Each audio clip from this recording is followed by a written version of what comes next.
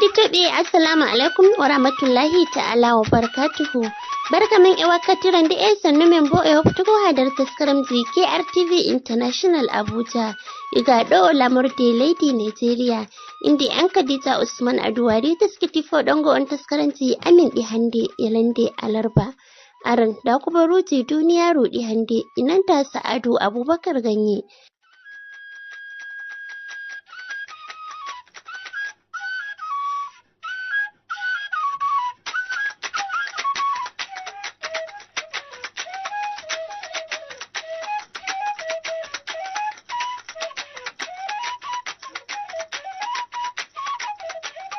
To madalla bako mi jangina on kubaruji ɗin ni nda ɓurduɗi nder maji. On nanan himɓe hetinta nogas e tati mayna ɓawo kippol feere ɗan bononde en yaari ha diwal Katsina.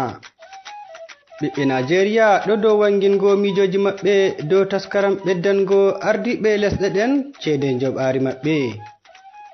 E ton leddi Mali bo ɓeɗo tuma Prime Ministajo lesdi ndin ɓoyemajo be nyoɓɓuki njondi lesdi wakkati o ardinta korwal Prime Minister lesdi ndin.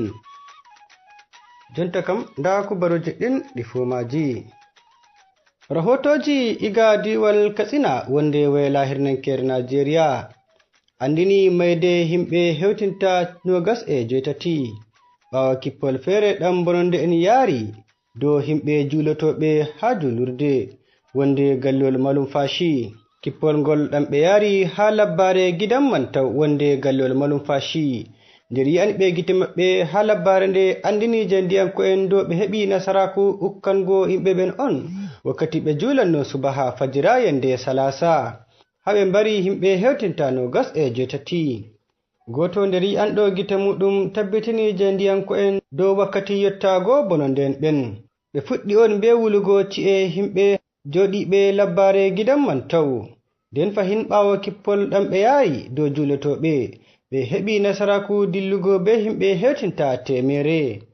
seni nde o tabbitinta yarego kippol ngol wolwo be ɗemgal hukuma police en diwal Katsina andini wi'i himɓe hewtinta 15 on mayna wakkati kippol ngol yaare. DSP Abubakar Sadiq ɓeddi wi'iki warugo jonta ɓeɗo dow wiɗituggo ngam andugo ɓe on mari hakke yarego kippol ngol ngam majum warugo jonta wala mo ɓe nangi be juuɗe ha yarego kippol ngol. To siftirano ni yende Alamisa salinde ma bononde en yaari kippol ha labbare gidan Boro enanta Tugge wonde gallol malumfashi haɓe mbari himɓe hewtinta 2. ɓiɓɓe leddi Najeriya ɗo ɓedda andingo mijoji maɓɓe enanta holluki sondananki belɗum maɓɓe dow jaɓɓuɗe gomnati lesdi ndin taskini hosugo hedi hukuma hakkilanki ceede jobdi ɓe yoɓata hukuma en ardiɓe lesdi je andini wi'i dow ɓeɗo taskina ɓeddango ardiɗo lesdi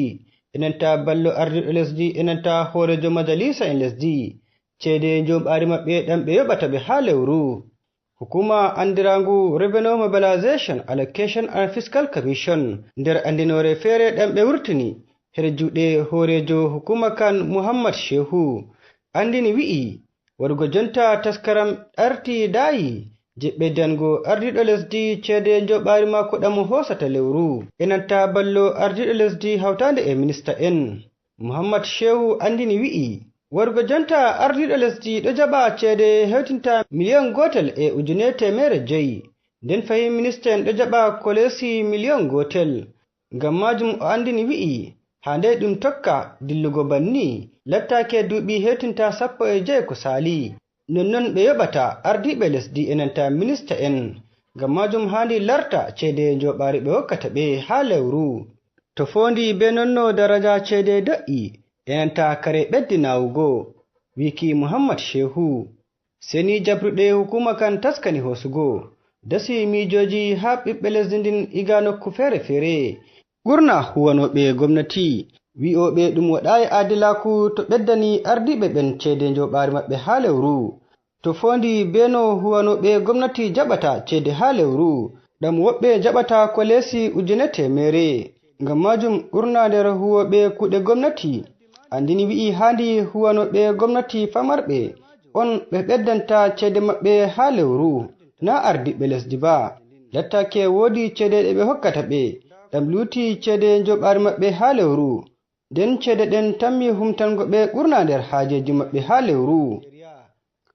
Hukuma hakkilanki faddo hakke ɓi adama andirangu Human Rights Watch andini wattam wiɗitol ɓe waɗi dow kuuɗe bononden M23 doggini ha leddi Congo. Wattam wiɗitol maɓɓe ni andini wi'i kuuɗe bononden ɓen doggini ha lewru salindu ha leddi Congo ɓe mbari himɓe hewtinta 150 ɓurna iga lenyol Hutu hakkunde rewɓe e nanta ɓikkon peton. Hukuma Human Rights Watch ni andini wi'i ɓurna nder kippol bononde en M23 ɓe yaari on ha nokku Virunga, kippol nde latti ɗam ɓuri nyiddugo ɗam ɓe yaari ha nokkure Virunga nder duuɓi hewtinta 3 saliɗi. Nastinoɓe wullandu ha leddi Mali andini tumere ɓe wannata Prime Minister jo lesdi Mali ɓoymajo cokkoyel ko Kayla Maiga be nyo'uki jawdi lesdi wakkati o lamanta korwal Prime Minister lesdi Mali. Wargo jontani laamu lesdi Mali nangi Prime Minister ko Kayla Maiga nden fayni ɓe maɓɓi mo ha sare tuggorɗum de ko ɓe timmina heɗitiki kiita ɓe wannata mo ngam andugo jabbuɗe kiita tammi hosugo dow maako dow aybe ɗi ɓe tumata mo be waɗugo. Ɓawɗum fahin woodi himɓe hewtinta 9 ɓe kamɓe ma kiitorgu lesdi ndin ɗo tuma ɓe be aybeji fere-fere ɗi ɓe waɗi wakkati ɓe huwanno be Prime Minister Mali ko Kayla Maiga. To heɗitoɓe titan koye wawata waddangol kenan nder taskaram kubaruji duniyaru iga sar radio kode international wonde gallol Abuja laworde Nigeria. Jobdi ɓe yoɓata hukuma en ardiɓe lesdi je andini wi'i dow ɓe ɗo taskina ɓeddango ardiɗo lesdi enanta ballo ardiɗo lesdi enanta horejo majalisa en lesdi cede jomɓari maɓɓe ɗam ɓe yoɓata ɓe ha lewru. Hukuma andirangu Revenue Mobilization Allocation and Fiscal Commission nder andinore fere ɗam ɓe wurtini her juuɗe horejo hukuma kan Muhammad Shehu andini wi'i warugo jonta taskaram arti dayi je ɓeddango ardiɗo lesdi cede joɓari mako ɗam hosata lewru enanta ballo ardiɗo lesdi hawtande e minista en. Muhammad Shehu andini wi'i wargo jonta ardiɗo lesdi ɗo jaɓa cede hewtinta miliyon 1.5 nden fahin minista en ɗo jaɓa kolesi miliyon 1 ngam majum o andini wi'i hande ɗum tokka dillugo banni lattake duuɓi hewtinta 16 ko sali nonnon ɓe yoɓata ardiɓe lesdi enanta minista en ngam majum handi larta cede joɓari ɓe hokkata ɓe ha lewru to fondi be nonno daraja cede do'i enanta kare ɓeddi nawugo wiki Muhammad Shehu seni jabruɗe hukuma kan taskani hosugo dasi mijoji ha ɓiɓɓe lesdi ndin iga nokku fere-fere ɓurna huwanoɓe gomnati wi'oɓe ɗum waɗayi adilaku to ɓeddani ardiɓe ɓen cede joɓari maɓɓe ha lewru to fondi be no huwanoɓe gomnati jaɓata cede ha lewru.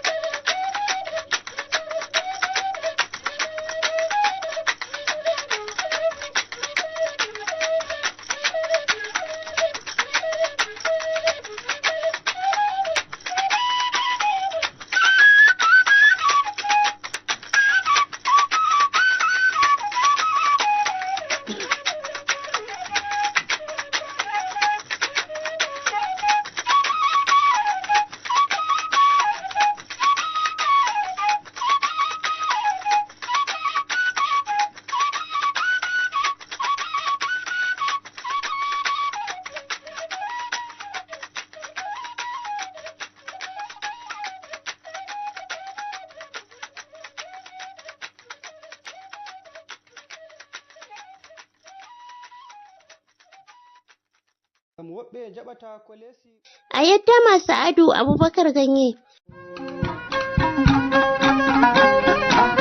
Min Rufa Mamadou Bingel Petel miɗo wiya on keɗite Kode Radio International ha dow SW kala nde weti fu dede jamdi 8 wakkatire nde Abuja leddi Nigeria. Kode Radio International ɗum radio wa moɗon nga wallititta on dow jahargal ɗemgal fulfulde.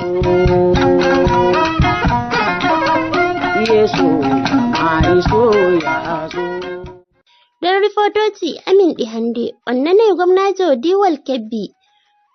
Tigi kwamitiru larugo asar fatta diyam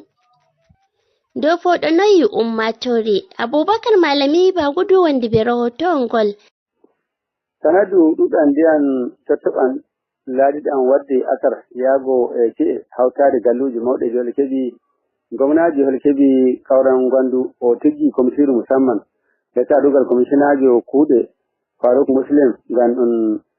a yara gilla no kuje fere dara idi asar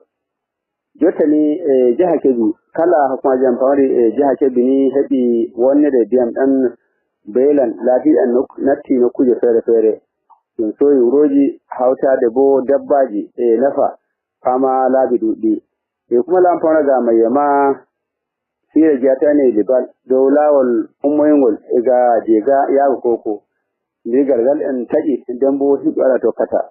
dole himɓe umuhi ga Sokoto sai lora yitta ɓaawo ummoyɓe daga Lagos malla bo konta gora kanum bo ala tokkata ɓaawo demma ndigal gongal e leydi awdi kanum ma taƴi laati himɓe makera yaago argungu heɓata laawol yawtugo ba e non bo wato nirgal laatingal hakkunde ɗakin gari e fana kanum ma biyan belan ɗuɗɗan taƴi nirgal ngal fa laati himɓe natti wannire sanne don da yake don rukun lamfara gaba guduma wato burji ton lezzi ilo kano ma nigar gongal taɗi lati lawal tokata ke umoto daga lezzi bene ya bata ya to lezzi Najeriya ga majin gwamna bis kauran gwandu tigi umtin musamman din daruha iri jawde hani hocce gan wallugo ummatoje don mani himɓe wa gare na tire wani sanne dalila diyan belan dan lati dan dudon gammaji non nodda kala himɓe gonɓe bange diyan fu to ɓe goni ɓe daya e ga ɓadaki diyan nden ɓe ɗo hocca jawruɗe laatiɗe ɓe paɗute hoore maɓɓe kala gonɓe nder cañi malla bo nokkuje to ɓaɗi ndiyam fo e not maɓɓe wiigo ɓe fottoro ɗon ɓe jawna fottago ngam ndiyan ɗan ɗon tamma ɗan ummoho daga nokkuje boɗɗuɗe ga Sokoto malla bo dam Goronyo ɗum yetto fa dow kanji e jaha Neja ngam majum jiha Kebbi musamman wailare muɗum wodi wane sanne ɗon bo hultira wiigo to inyamu wato wacce ɗuma kacce jiha Kebbi fu ɗum ndiyan ɗuɗɗan to kala wate marori jottani nokkuje fere marori dimmuti nden bo ɗum heɓata ɗum gwamna Idris Karon Gandu dow komitido o tikki ngam darugo hatar keɓaɗo ni iɗon yilo fama ɓe jari wato Gwandu ngam ɓe dara nokkuje fere amma imagine ni ɗon tamma himɓe nana noddore gaɗane wiigo ɓe daya bange diyan ɗen serol hotorgon ɗon Abubakar Malam Bagudo e gaɗoji ha Kebbi. A yettama Abubakar Malami Bagudu. miɗo nana belɗum heɗitago kubaruji Kode Radio International ha kilohas 1295 daidai jamdi 8 yahango 8 ereta jamma agogo Nigeria Kamaru Niger enanta Chadi non bo jamdi 7 yahango 7 ereta agogo UTC. Dar taskaramji ɗiki RTV International Abuja taskiti waddanki on hande aram da taskaram sudu rewɓe. Kode Radio International waddanta on taskaram suudu rewɓe. Taskaram suudu rewɓe ɗum asawere hande emin ɗon gondiroɓe wuro Magaji ɗon to ardiɗo suudu wondu jangirde maɓɓiti hunto gam yiki ɗum dogginiri mahuki suudu jangirde nden entare julirde na e wanniki wakkati ha mi alda on be maɓɓe ɗon ton inde muɗum e ko wolwata dow mum ngam non ma na e wanniki wakkati a fuɗɗiray inde ma nden nan e ko bolwata dow muɗum. Ismi Adama Abdullahi Ibrahim zakati wuro Magaji. to hajji adama ko kuma sabbungo gam yiki a tiggi jangirde joɗanide hoore muɗum e ɗo ko hokki am ɗuma sabbungo wigo mi darni jangirde ɗo inde mi noddu bandiraɓe am fulɓe min gara min kawta hoore ngam annabi ma wi to haduta habu hanƴum waɗi bo min wi non ɗum mi noddi ɓe gara min kawta min maɓɓita suudu jangirde min janga mo anda no anda andunoɗo waɗa bita majum. Daga maɓɓutuɗa jangirde hikka duuɓi noyi? Daga mi maɓɓiti jangirde nde hikka duuɓi 3. To daga duuɓi 3 wadduki joni ko wodi goɗɗum aybe ko wonde wannore nde kabduɗa gam yiki a nyumini ni hande kon taskuɗa hande? Daga mi maɓɓiti nde jangirde de min de alhamdulillahi e ɗalibi en amsiɓe doddol angol mi noddi mi wala masala e maɓɓe mi noddiɓe min kawti hoore bo alhamdulillahi mi ayi goɗɗum aybe nder yaadu amin ɗum min jahata kañum bo min bo sey mi yi'i ha min nodda gomnati e sennambo e al'umma annabi ɓe ngara ɓe mballami min ɓeyda yajjingo jangirde. Sirre ko maɓɓutuɗa nde fukaraɓe noye goduɗa joni bo fukaraɓe noye gonɗa? Ko mi noddi mi maɓɓita jangirde nde de imami mi wodi fukaraɓe 50 da woni abu amma ko waddi bo hande mi wodi fukaraɓe 100 e goɗɗum. To ra hande a dogginiri ga hunto gam yeki ɗum wallima barka dina ɗum mahanima cuuɗi jangirɗe e ma julirde mi anda nde noddo nadata gomnati gam yeki ɓe ngari ɓe daari hunde ɗum e nanoɓe fulfulde nanoɓe ful. Lalle bo min noddi gomnati de mi noddi gomnati bo nden bo rala loreji fe'iɗe ɓe godi hamɓe ma hidimaji daban-daban ngam majum ni maɓɓutuki dawniya ɗum mahugo jangirde nde dammugal e maɓɓiti to Allah waɗi ɓe timmini hidimaji maɓɓe emi reeni mi nanay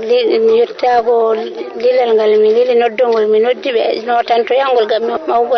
jangirde nde. To e ragare koye gi'ata ummatoji yimɓe mo gam yiki ɓe kokkima mamal ɓawo gam yiki ɗum faani ɗum hunde yeeso? Minni mi nodda ɓe mi ɓeyda noddugo gonnoɓe nder ɓeyda himma ɓe ngalano nder bo ngara natta min jaha yaadu ndu to neɗɗo to daro wi'a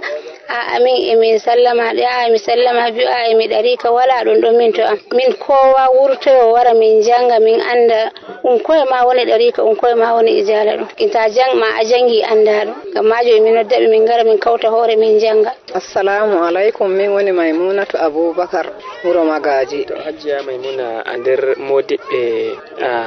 suudu jangirde ɗon doggiri hande mi anda goye sabbugo gonɗa ko ɗum goye seyo gontinirɗa e hande gam yiki on motti ummatoji gam yiki on tafi wallirde ɗum mahana on ma suudu jangirde ɗen hande? Alhamdulillah mo noddiyam wara min kawta hoore min jangina hamdum ɗum min kawti hoore min jangini e min jangina min keɓi ɗalube en hanjum e min daɓɓita wallinde ɗum walla min keɓa to min jangata yawwa to saboda noon hanjum ɗum joni min daɓɓita ko min jangata yawwa salamu. To joni wodi wonde wannore nde kabduɗon na gam yiki on jara bone bicce hollutuki fukaraɓe moɗon to ndungu wari ko goɗɗo naddo to ndungu wari ma no gadoton e maɓɓe to? To ndungu wari bono balɗe goɗɗe suuɗi maɓɓe mo suuɗi mako mo okkunomi suuɗi ɗiɗi mo okkunomi min janga e paranda mako to ndiyam wari min dogga min kawta dow suudu o oyru to hanjum saboda noon minon ma sey min hemo miili gara mo okka min mahane makaranta min siwto doggudu ndiyam to joni hanjum ɗum joni min daɓɓitata e min giɗi inchallah to Allah walli min keɓi min giɗi min keɓa makaranta min keɓa suuɗi jangirde minon ma noon no min okkira rewɓe okki min haɗin kay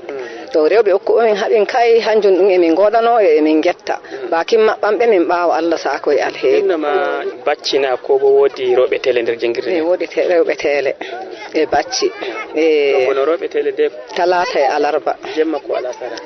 karfe 11:30 wono bacci bona bacci karfe 2 asawe alal. To e ragare e jonde maɗa Modibbo e torde tortoɗa gomnati gam yiki nastoyi walliti on sosai gam yiki nda on jikka atal? Yawwa to min komin noddata gomnati emi toromo Allah okkamo ni Allah okkamo iko wallugomi yawwa iko min daɓɓitata to mako ya Allah min ngala Allah waɗa mo amso noddango min noddimo mo nodda mo taimakomi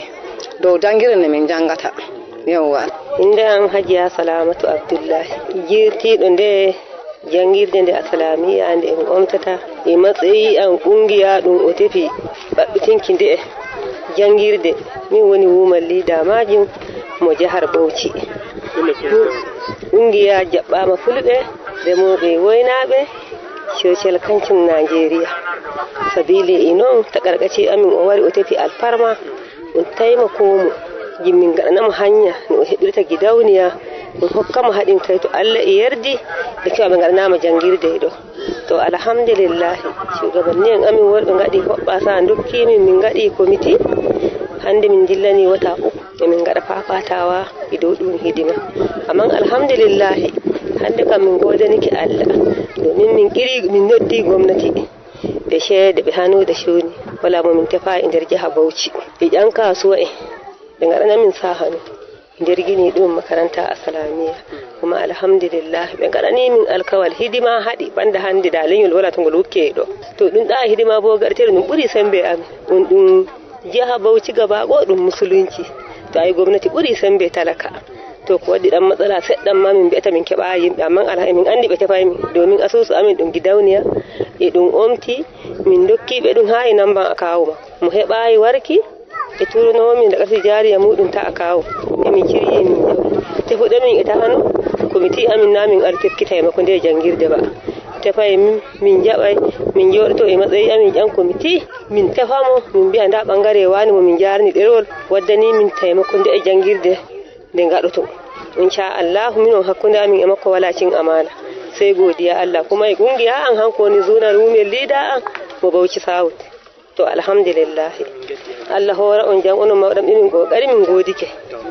alhamdulillah. Yettore masinto on kitake rewɓe wuro Magaji on ɗon nder sukaram suudu rewɓe ɗum asawere hande jonta kam gam yiki wakkati fuu e fuu ko heɓi ma won on e tan hukuma kode radio international Ibrahim Muhammad Junguɗo e taw on foften jam sai wonde asawere.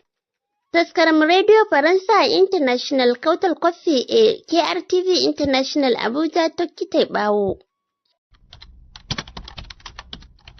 Ko ɓuri daaɗe 15 nder temeɗere sukaaɓe hakkunde duuɓi 15 yaago 25 no naftiroɓe internet nder windere nde hande ande karalle technologie kewɗe naftorte ngam hoytingo ngendam e nder leydi Nigeria. Woodi sukaaɓe famarɓe husanɓe ande ɗen ngam jahal yeeso maɓɓe e faggudu leydi ndin. Abdoulaye Bashir Sow no goto nder sukaaɓe daraniɓe ande karalle nder leydi Nigeria. bana min on sukaɓe laabiɗi min batirta be technologie ɗo ɗuuɗi alaari kala marɗo filu ko marɗo sana'a juuɗe pat haaje maako no yimɓe andiramo heɓano hokkiramo kuugal ko kuma sodira kuuje maako. So social media ɗo mari yimɓe ɗuɗɓe lawa social media yimɓe wawan botira be majum marɓe sana'a be marɓe kuugal juuɗe fuu. So to aɗo mari business maɗa ko wato aɗo mari sana'a ma a wawa maɓɓita lowre maɗa nde website nde yimɓe wawata nasta ya vinda Google vinda inde business maɗa nasta laara ko a mari ɓe wawa ɓe ekkita kuuɗe ɗuɗɗe seeɗa nder majum ni woodi bana irin web design woodi bana digital marketing majum je ɓe wawata ɓe hutinira be internet majum ɓe ekkita ɗum to ɓe ekkitiman bo ɓe tokkan lawol ngol mi volwi aranol majum ɓe hutinira be majum ngam ɓe botira be majum. Ko ɓuri nder ande karalle jamanuɗe technologie ko ƴoyre ñembande wiyete artificial intelligence walla AI. Abdoulaye Sow ɓeydi laaɓal. hidde ko a lincita hunde a habda vurtina hunde ɗo sei to a nasti lowel ballowe 10 hayɗo a heɓa seɗɗa oɗo vindino seɗɗa heɓa to a hutiri be AI wawan nder maƴƴande hawtinama ko a mari haaji man pat nasta lincita vurtinama kujeji man pat ha nder wakkati jawɗum kuugal ngal hosete bana balɗe 3 4 huwa nder mintide ko a wana huwa ɗum. Malam Yahaya Said no modi bo to duɗal jaaɓi hattirde taasu nder diwal Taraba non jangowo digiri tatabum andira PhD to duɗal jaaɓi hattirde Malaya leydi Malaysia o ɓeydi famtingo no sukaaɓe mbawirta ande karalle technologie ngam jahal yeeso maɓɓe. I jooɗi ɗon to woni heɓa andal mum non no marani haaje musamman andal noy ɗum waɗirta technologie ɗum emi hokka sukaaɓe shawara ɓe kadda ɓe faama ɗi laabi ɓe tokka ɓe ekkito technologie ɗum ngam ɗum wallayɓe sosai ha dow jangirde maɓɓe ɗum waɗa chatbot walla himɓe ha ɓe nuntingo himɓe bana nyawɓe nde ɗum moɗata lekki kaza jon de kuje technologie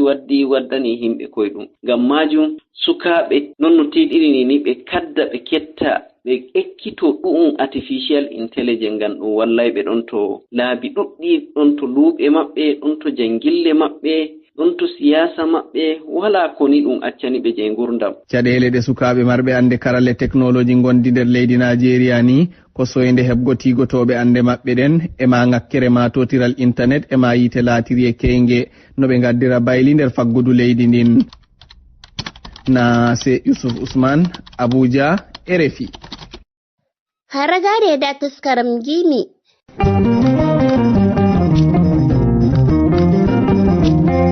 Capital Funafumen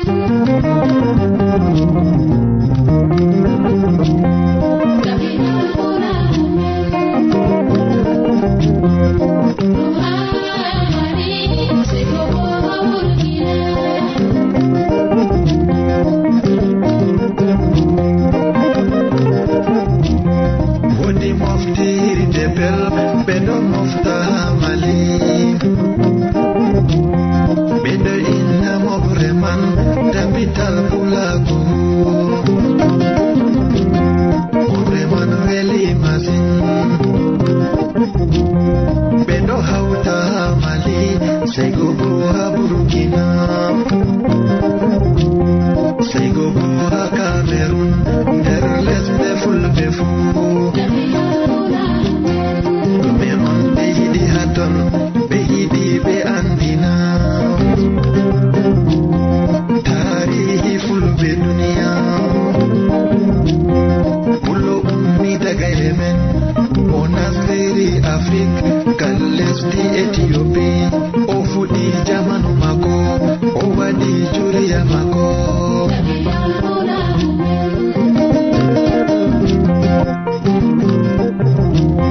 Saibe ummi Ethiopie bedo yada benai gelodi mabefu bali do tokibe bedo toki mayongon viete ngo mayonil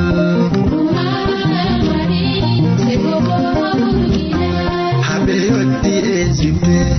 jamanan haton de desert do ya jani sebe diriti hirinake abenas timafina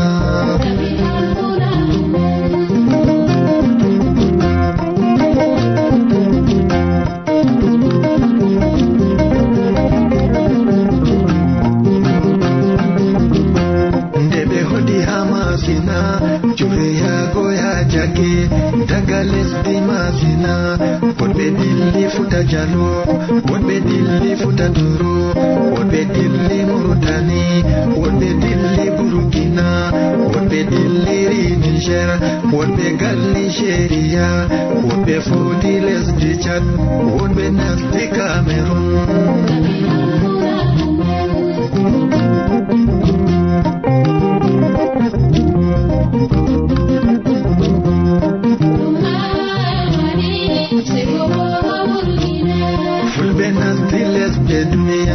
Be wadi jamanu jimabe be wadi juriya jimabe tabital pula budo be hidi be hauta bel habe anda tabiya bel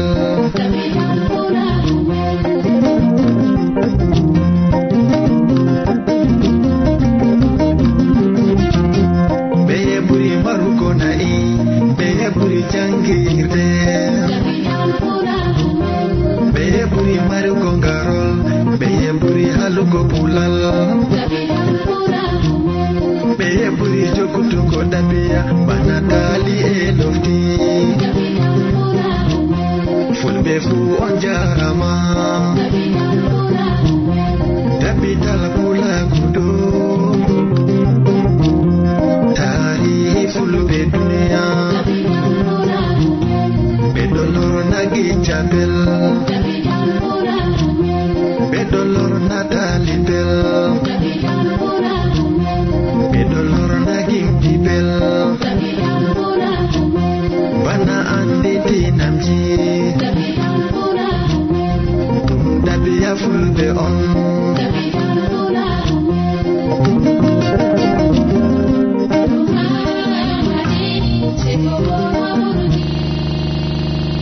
Bandiraɓe e fuɗɗo en gaddi ragare ta